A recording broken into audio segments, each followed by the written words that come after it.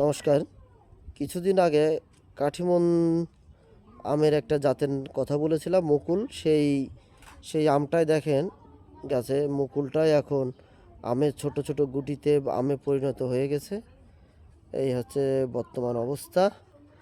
এই দেখেন আম আসছে, সাথে দেখেন একই গাছে এই যে এদিকে আম, এদিকে মুকুল। এই দেখেন গুটি, ওই যে মুকুল, দেখছেন? এই যে দেখেন আবার মুকুলও এসে গেছে। ওই যে আমও ঝুলছে। এটা হচ্ছে কাঠিমন, একটা 12 মাসি আমের একটা জাত। আপনারা আপনাদের বাড়িতে একটা দুইটা যদি কাঠিমনের এই আমের জাতটা লাগাইতে পারেন, তাহলে আপনারা সারা বছর কিছু না কিছু আম আপনারা খেতে পারবেন। বাড়ির যে পুষ্টির চাহিদা এটা পূরণ হবে। ধন্যবাদ।